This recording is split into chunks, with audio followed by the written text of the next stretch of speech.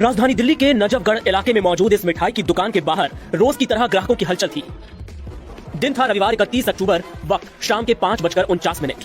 कुछ ग्राहक काउंटर के दूसरी ओर खड़े होकर अपने अपने ऑर्डर का इंतजार कर रहे थे। दुकान के कर्मचारी भी अपने काम में जुटे थे और इस गली में भी ठीक ठाक हलचल थी। लोग आराम से आ जा रहे थे। लगभग 2 मिनट बाद यानी 5:51 पर इस गली में 2 लोगों की एंट्री होती है।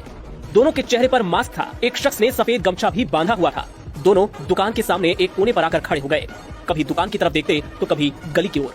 दोनों की हरकतें साफ तौर पर संदिग्ध नजर आ रही थीं, पर ग्राहकों की हलचल के बीच शायद किसी का ध्यान इन पर गया ही नहीं।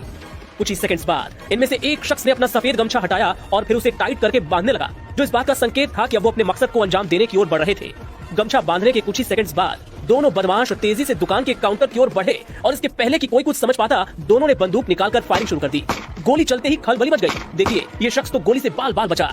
दुकान के कर्मचारी नीचे लेट गए तो कुछ अंदर की ओर भागे। गली में खड़े ग्राहकों के बीच भी अफरा तफरी फैल गई। बदमाशों ने 4 राउंड फायर किए और वहां से फरार हो गए।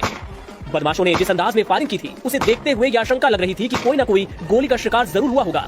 पर राहत की बात यह रही कि फायरिंग में कोई हताहत नहीं हुआ, न किसी को गोली लगी और न कोई घायल हुआ।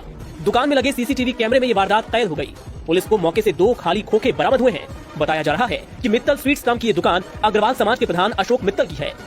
पुलिस को शक है कि बदमाशों का मकसद किसी को जान से मारना नहीं था, बल्कि सिर्फ डराना था। हो सकता है कि वो रंगदारी वसूलने के लिए ऐसा करने के लिए आए हों।